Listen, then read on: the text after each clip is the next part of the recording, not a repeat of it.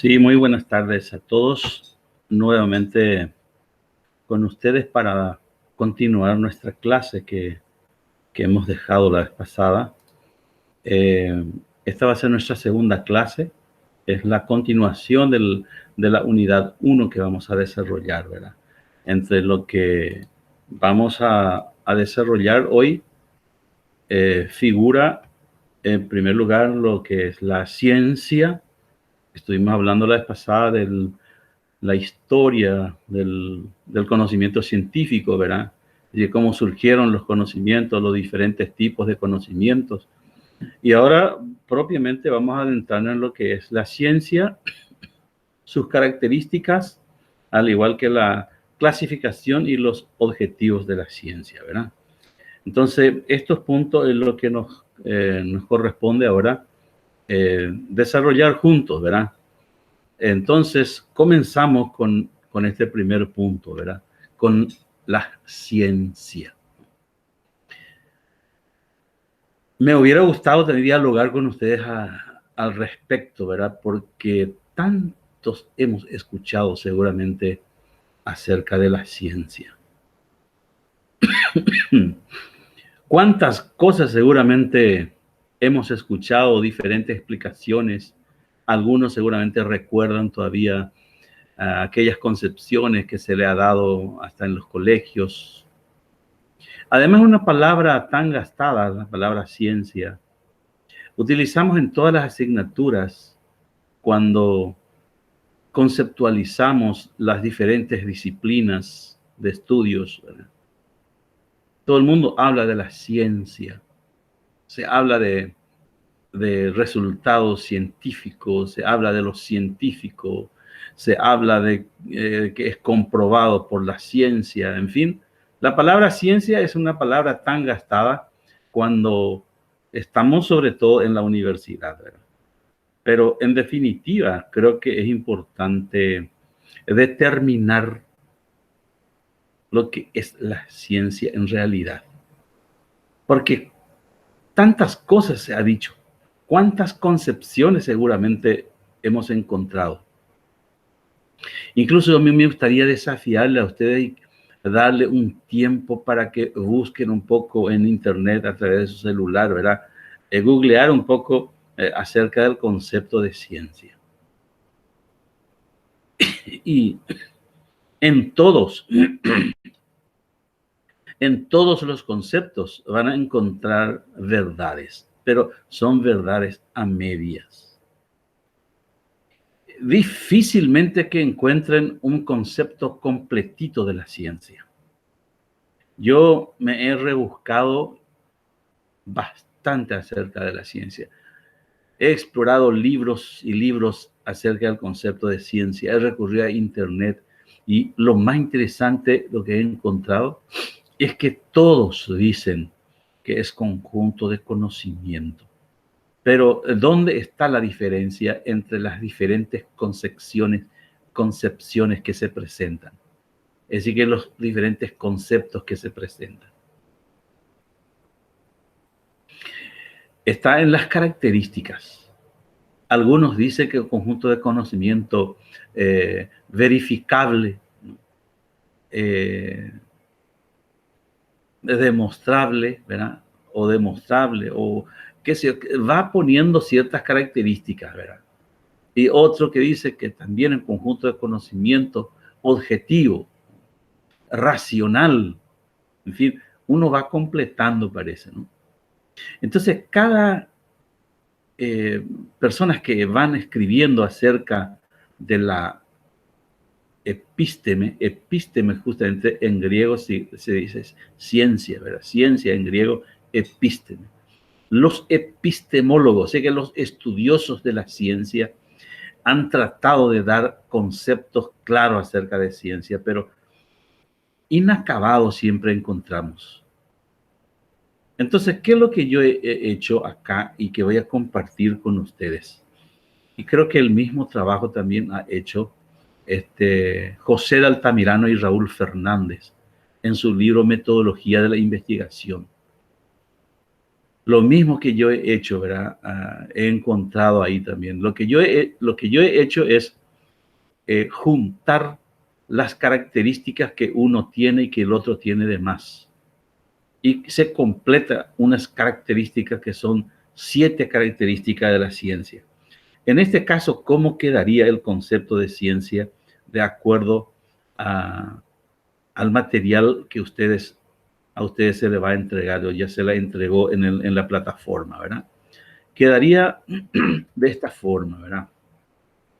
El concepto de ciencia vendría a ser entonces un conjunto de conocimientos que tiene las siguientes características, ¿no? ¿Cuáles son esas características? En primer lugar, es la racionalidad.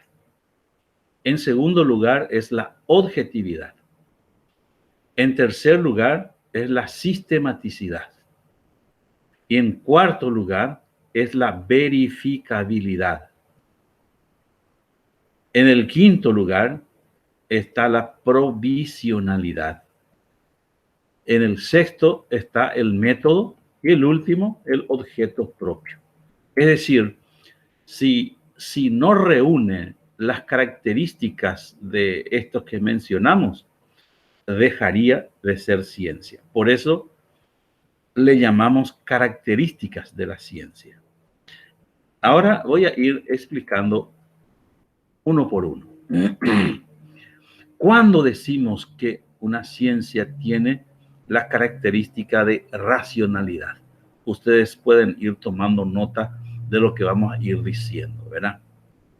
No puede ser llamada ciencia si no es producto de la razón, si no ha pasado por el colador de la razón, si no es producto de raciocinio. El producto del azar no puede ser entonces ciencia. Tiene que ser producto de razonamiento. Es decir, debe trabajar la razón, el jugo de la razón. Por eso decimos que la ciencia requiere racionalidad. Si no existe esa racionalidad, deja de ser inmediatamente ciencia. Nunca puede ser ciencia. En el siguiente tenemos la otra característica, es la objetividad. Este es en el sentido contrario al subjetivismo. En la ciencia no hay lugar para subjetivismo. En la ciencia nadie debe defender solo lo suyo. Se realizan investigaciones, concuerda los resultados, y si concuerdan los resultados, evidencia que hay entonces una objetividad. Es decir, nadie defiende a nadie. Si estoy haciendo una investigación y si mi resultado sale de forma diferente de lo que yo pienso, yo no puedo seguir defendiendo. No. Si se trabajó con objetividad, por tanto, puede haber ciencia. Suele haber en tiempos cuando se acercan las votaciones, las elecciones, ya sea municipales o ya sea a nivel nacional, se suele hacer las encuestas y se suelen publicar las encuestas. Hay veces que los candidatos pagan para mandar a hacer. De hecho, que nadie le va a hacer gratis un trabajo científico, ¿verdad? Eso no está mal, pagar. Y no está mal tampoco cobrar por un trabajo, porque es un trabajo. Ahora, ¿qué es lo que está mal? Cobrar y hacer que el resultado le favorezca. Allí no hay objetividad.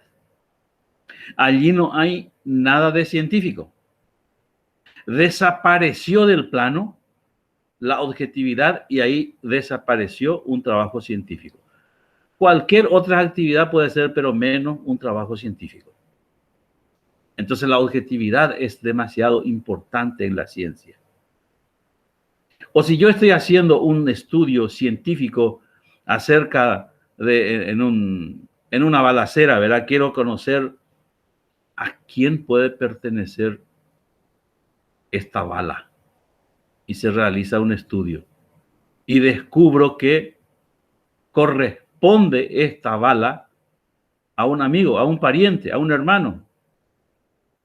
Y yo saco el resultado contrariamente a lo que salió en mi investigación. Allí tampoco hay objetividad y por tanto no es un trabajo científico. Es pura macanada lo que se hizo, no un trabajo científico. Y llámenle cualquier otra actividad, pero no le llamen científico, porque no hay nada de cientificidad. No tiene nada de cientificidad. ¿Por qué? Porque no hay objetividad. Otra de las características infaltables en la ciencia es la sistematicidad. ¿Qué debemos entender por sistematicidad?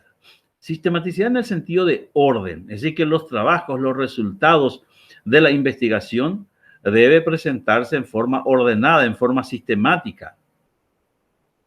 Por eso es importante que la ciencia siempre tengan en cuenta y que se presente en forma sistematizada, en forma ordenada. 1, 1.1, 1.2, 1.2.1, 1.2.3 y así sucesivamente, en forma bien ordenadita. Eso les caracteriza a la ciencia. Y por otro lado tenemos también la verificabilidad, es lo que siempre más resaltan casi la mayoría de los autores. La mayoría de los autores resaltan y muchas veces se olvidan de la sistematicidad y las otras tres características lo que se suelen mencionar, ¿verdad? La verificabilidad es un aspecto demasiado importante. Lo que yo estoy demostrando, supuestamente, yo tengo que saber demostrar de dónde salió. Si yo estoy diciendo tal o cual cosa, tal afirmación, necesito yo demostrar, o sea que indistintamente se puede decir verificabilidad o demostrabilidad. Si yo no sé demostrar a la conclusión a la que yo he llegado, significa lo que estaba haciendo no es una actividad científica. Sin embargo, ya tiene ciertas características científicas si hasta el momento mi actividad contenga estas características mencionadas. Pero existen más características. La provisionalidad. Quiero que atiendan bien acá, ¿verdad? Porque pocos autores son los que mencionan la provisionalidad como características de la ciencia, cuando que en realidad no se le puede sacar esta característica a la ciencia. La gente suele decir, ¿y cuándo provisorio en Dejinaje? La palabra provisionalidad justamente proviene de la palabra provisorio que nosotros solemos usar, ¿verdad? Algunos yoga poja, ya puede división y vuelve con tal vez con una terciada y bueno, una divisoria es provisorio no va también esta división que estoy haciendo, ¿verdad? Y muchas veces lo provisorio se vuelve eterno, nunca más se toca, ¿verdad? Así que la provisionalidad, ¿qué significa? Significa lo que hoy es mañana puede que ya no sea, no es algo eterno, no es algo permanente. No es algo que dura por siempre, no es algo eterno. Entonces, el resultado de la ciencia es provisional. El resultado de la ciencia no es para siempre, porque hasta que se demuestre lo contrario, permanece ese resultado de la ciencia. En ese sentido, se puede decir que la ciencia no es estática. La ciencia es dinámica. Y no tendría sentido tampoco si se sacara esta característica de la provisionalidad, porque en ese sentido ya no tendría sentido, no tendría razón realizar investigaciones. De verdad que yo también pensaba de una forma contraria a esto. Yo creí que cuando alguien dice, señores, esto hay que creer porque este es resultado de la ciencia. Bueno, está bien que se crea, pero yo creía que los resultados de la ciencia eran para siempre, y por eso hay que creer. Sucedió justamente en una clase de epistemología con mi profesor cuando me dijo, bueno, yo le pregunté, pero entonces con Macaná llegan del resultado de la ciencia. Entonces con si se dice que puede cambiar otra vez el resultado. Y me contestó, vos sabés mejor que yo.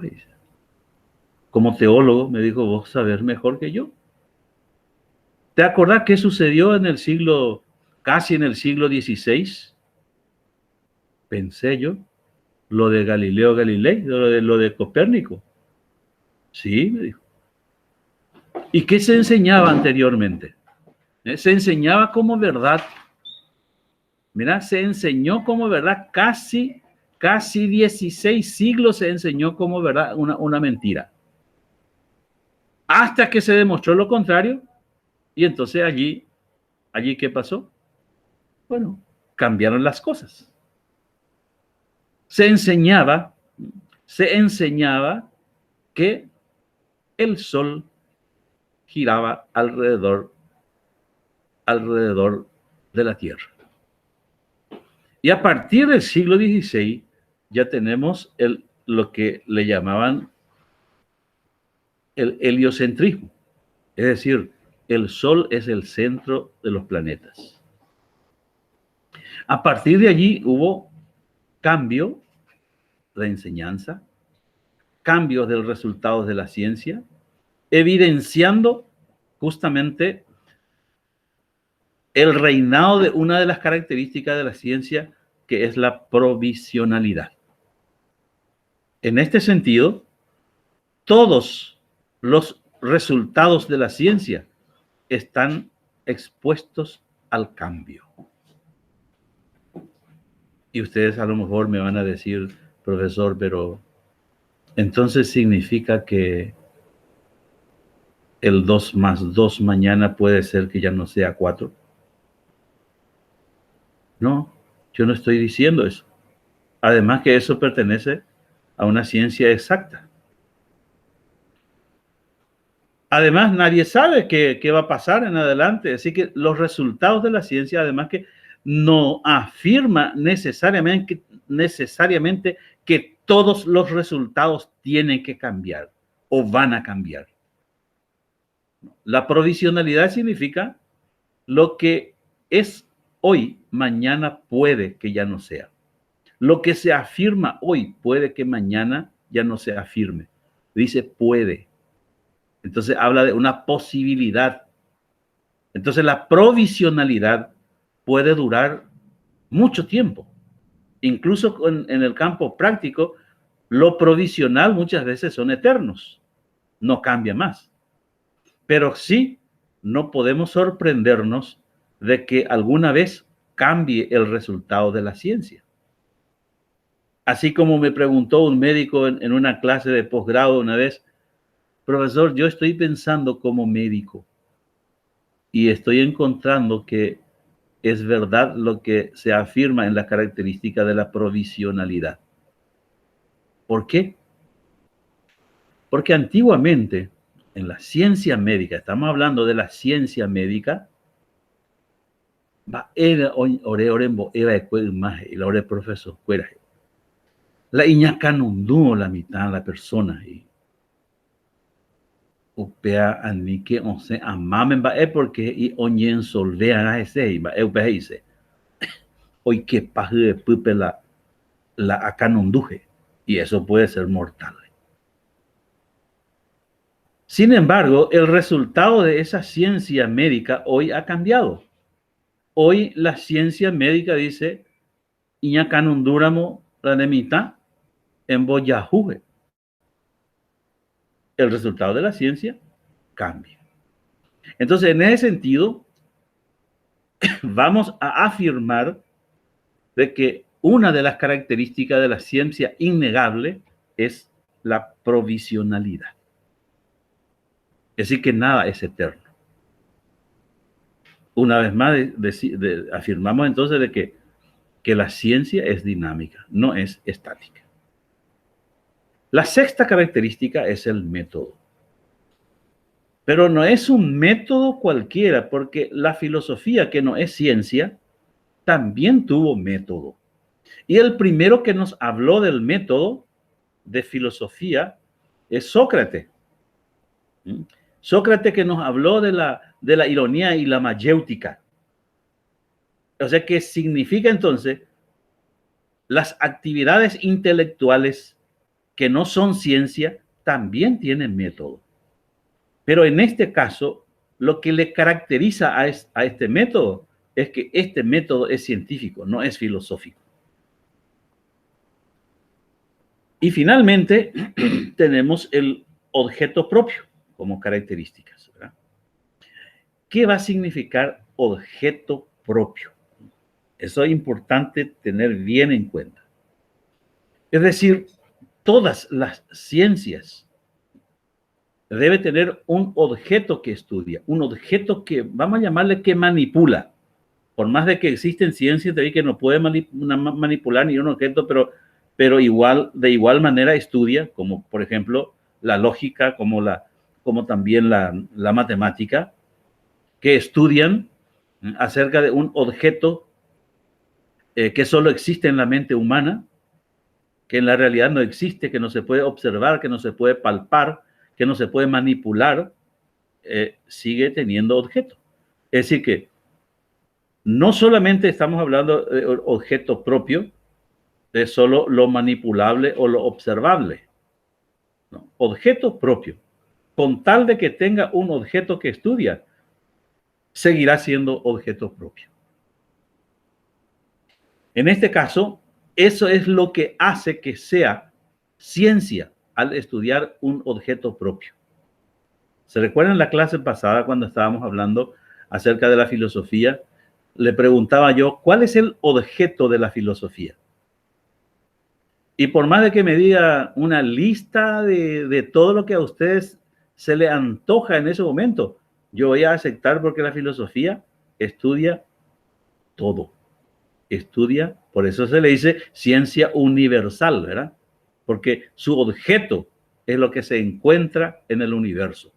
Sobre la faz de la tierra, sería lo inmanente y lo trascendente.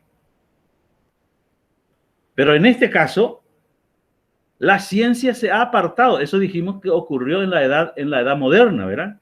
Que cada una se iban apartando con un objeto propio, iban haciendo entonces las ciencias particulares. Y no podemos confundir objeto con objetivo. El objetivo es la conducta esperada, ¿verdad? No, el objeto propio significa esa realidad que estudia, ese hecho, ese fenómeno que estudia. A eso le llamamos entonces objeto. Bueno,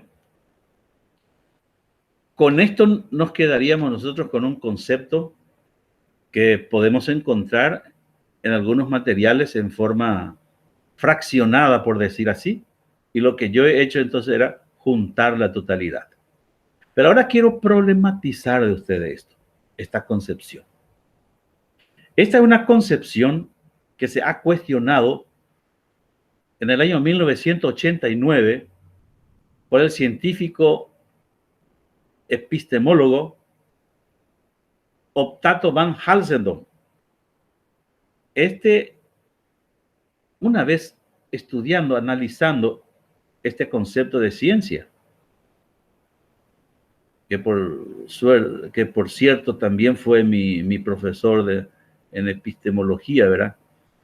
Y una vez en el receso era que nos llamó a unos compañeros y nos dice, fíjense un poco en esto. Era una persona bastante humilde, ¿verdad? Sencillo, abierto, comunicativo, pero una inteligencia bárbara. Entonces dijo, me estaba fijando en este concepto y he encontrado un error aparente acá. Ayúdenme, ella. No picorero ayudarte a su pello. Dice, acá está, dice. Es un conjunto de conocimiento, dice. Acá es mi problema, dice, donde dice conocimiento. Y nosotros en la clase anterior a él teníamos clase de griego. Y nos preguntó, ¿trajeron su diccionario griego? Y le dijimos que sí. Entonces, dice, abren un poco su diccionario griego. Y pasa que, ¿ustedes saben cómo se dice en griego conocimiento? Nos preguntó. Sí, se escribe gnosis, G-N-O-S-I-S, gnosis. ¿Mm? Y busquen un poco lo que significa la palabra gnosis en griego. No es cualquier conocimiento la palabra gnosis. Y nos dijo, acá encuentro yo un problema. Acá hay un problema, hay una contradicción entre esta afirmación que es un conjunto de conocimiento, hay una contradicción con una de las características. Y ustedes tienen que descubrir ahora cuál es esa característica que está en contra o se contradice con la palabra conocimientos. Bueno, buscamos en el diccionario y ¿qué encontramos? Gnosis significa saber eterno, saber inmutable, saber que no cambia, saber perenne. ¿Con cuál de las características se contradice? ¿Con cuál de las características se contradice? Efectivamente, se contradice con la característica de la provisionalidad. Porque acá dice saber eterno, saber que no cambia. Y acá dice que la provisionalidad es lo que hoy es, mañana puede que ya no sea. Entonces no es eterno los resultados de la ciencia. En ese sentido, habría que analizar seriamente. Y a partir de ese año, nosotros tenemos un nuevo concepto de ciencia. Decía él, ¿y cuál es la palabra que vamos a poner acá? ¿Cuál es la palabra que debe poner acá? O sea que este problema le llevó a un simposio en Estados Unidos. Se reunieron ahí los epistemólogos para resolver este caso, esta situación. Y resolvieron. ¿Y qué es lo que hicieron? ¿Qué es lo que sacaron? ¿Sacaron conocimiento o sacaron la provisionalidad? Dijeron, no. La provisionalidad no podemos sacar porque entonces ya no tendría sentido la investigación. Entonces sí vamos a trabajar entonces por conocimiento. Y buscaron todo un día entre todos los epistemólogos. ¿Y sabes qué pusieron después? En vez de conocimiento, pusieron que la ciencia es un conjunto de proposiciones que tienen las siguientes características. Y aquí la característica, la totalidad se conserva. Entonces, es un conjunto de conocimiento, en vez de conocimiento, es un conjunto de proposiciones que tienen las siguientes características. Estas son las características. Bueno, esto es la ciencia, ¿no? Esta es la ciencia. ¿Qué viene después? Ahora, vamos a clasificar un poco la ciencia, ¿no?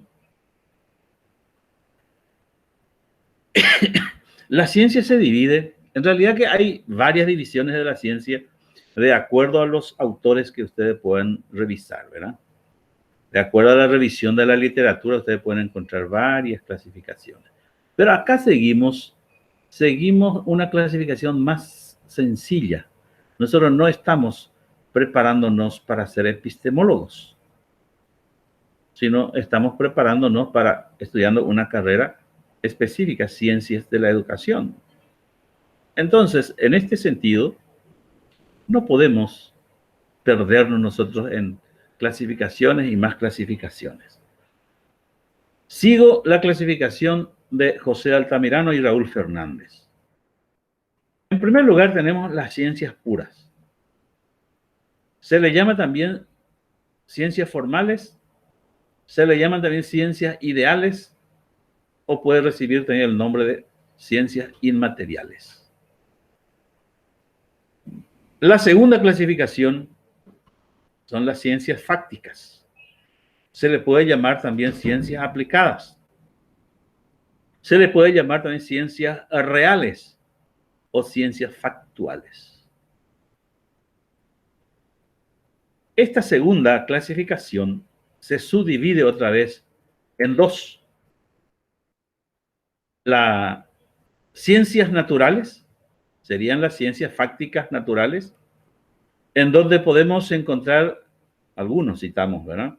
La física, la química, la zoología, la biología, y vamos a encontrar mucho más de ciencias naturales dentro de esto, ¿verdad?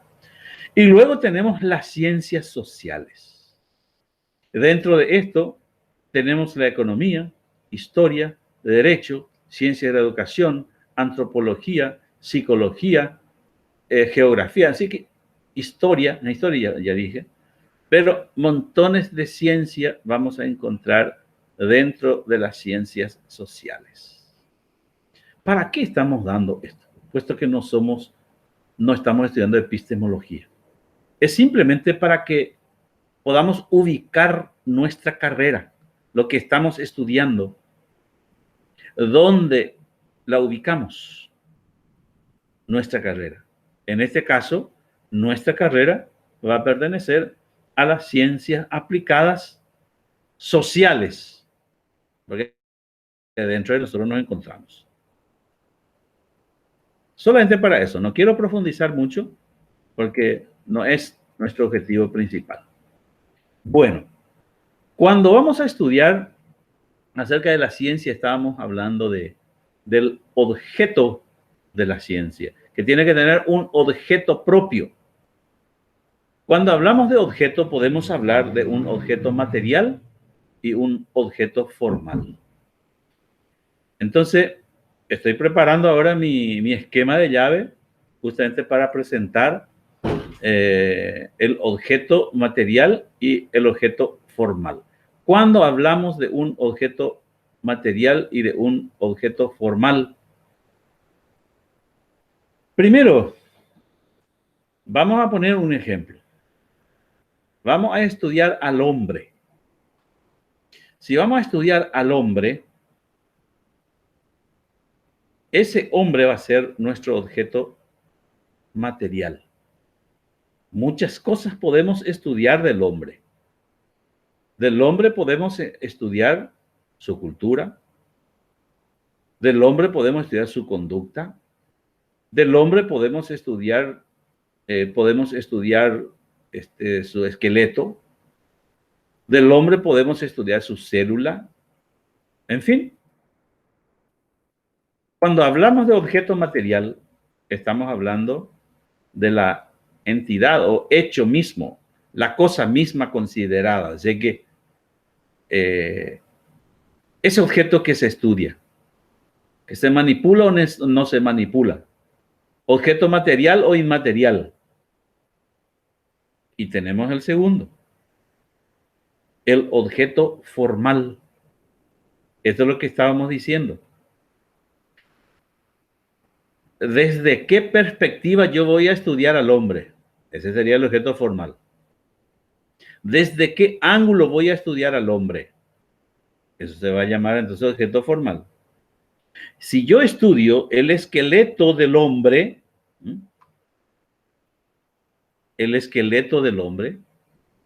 ese se llama anatomía. Si yo estudio la célula del hombre, eso se va a llamar citología. Si yo estudio la conducta del hombre es estudiado por varias ciencias.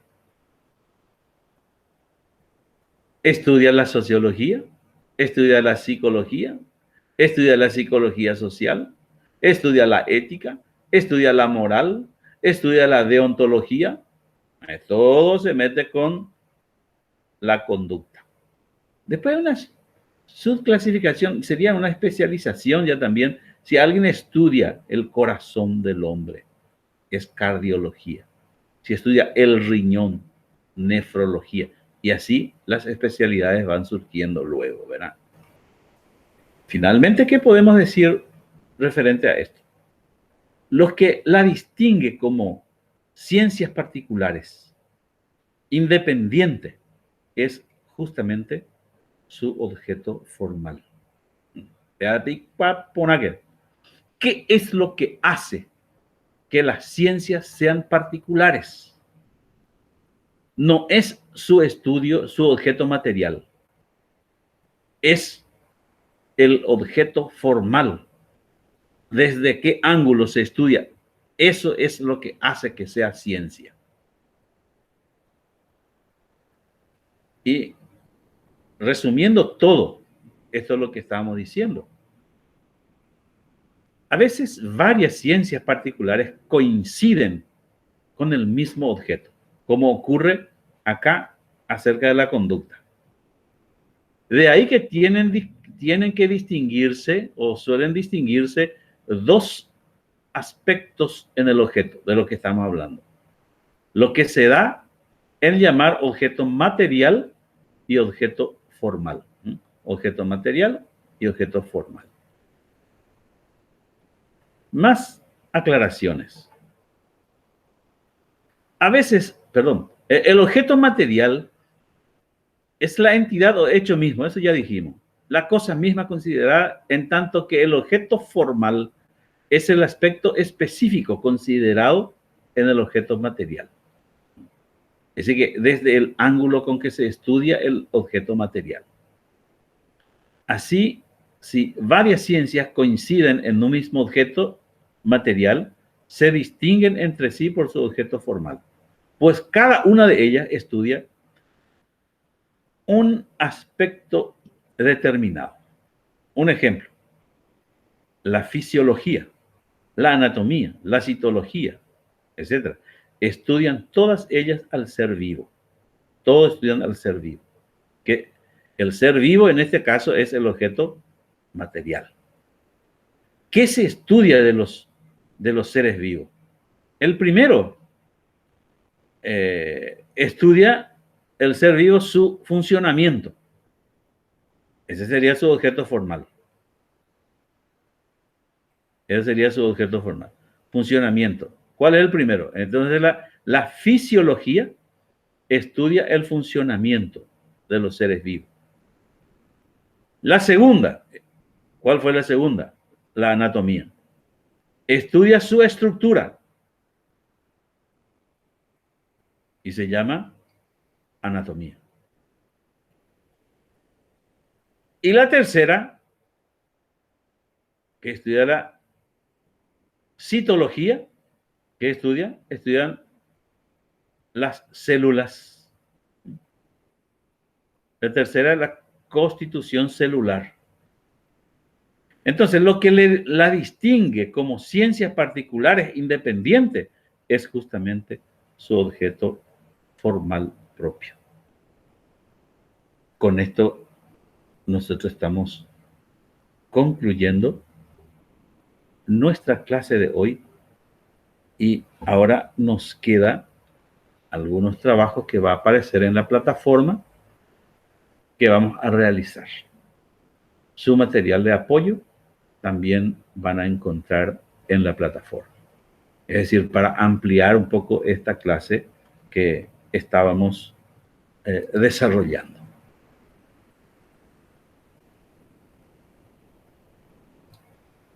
Voy a dejar entonces de compartir, deseándole que pasen un buen fin de semana, cuídense ante la pandemia y no digan que estoy fumando. Este es un, ¿cómo se llama? Es un humo, una máquina que produce humo de eucalipto, ¿verdad? Que da un ambiente agradable acá, ¿verdad? Entonces, voy a detener la grabación y ya nos vemos en la semana próxima.